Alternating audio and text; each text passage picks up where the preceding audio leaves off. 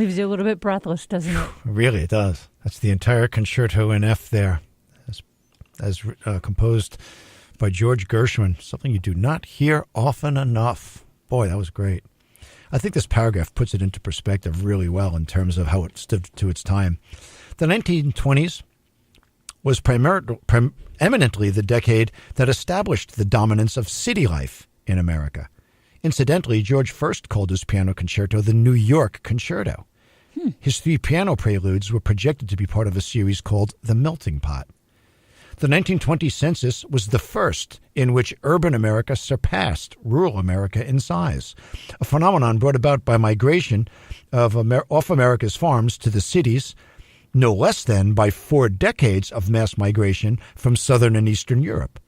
The new American voices of the 20s came off of the city streets.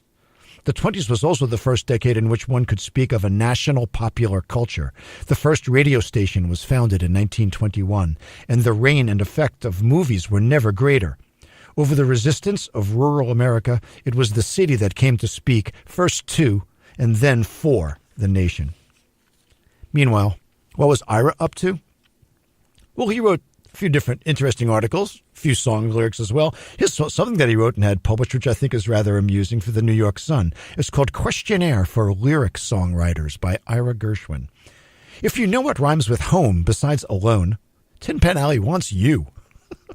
That this questionnaire really embodies the essentials of popular song lyricizing will readily be believed. Indeed, it may be suspected that its author is himself, despite his sense of humor, one of Tin Pan Alley's skilled poem builders, heart wallopers, and word painters and grainers.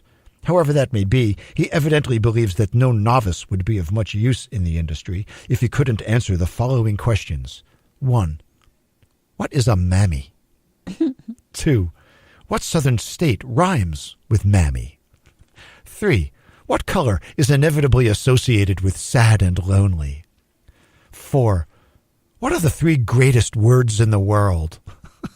He goes on and on like this, and it's rather pretty amusing. But Ira's contribution went well beyond clever comedy songs. In his latest show, well, in The Man I Love, and in many of the songs from Lady Be Good and his latest show, Tiptoes, such as Sweet and Lowdown and That Certain Feeling, which I'd like to play before we end our show. The second major Gershwin blue love song, which is That Certain Feeling, Ira achieved a contemporary American urban sound and a dramatic thrust that had been missing in musical theater lyrics up to that point. He was doing lyrically, in a sense, what his brother was doing. Just as Hemingway freed fiction from the legato style of Victorian rhetoric, Ira's sharp, clean lyrics brought theater song into George's staccato age.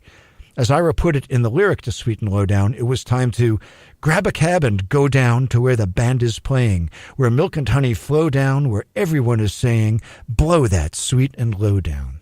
Amazingly, I have a version of that song by one of the greatest folk artists to emerge from Greenwich Village in the 60s. Dave Van Ronk performed it. Let's follow that with something completely different, a version of the song That Certain Feeling from the show Tiptoes, as performed by Josephine Baker.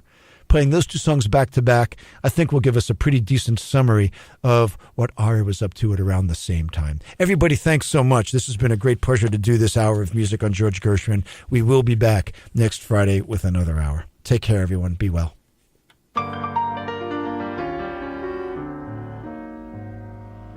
There's a cabaret in the city I can recommend to you. Picks you up like electricity when the band is blowing blue. They play nothing classical, no doubt there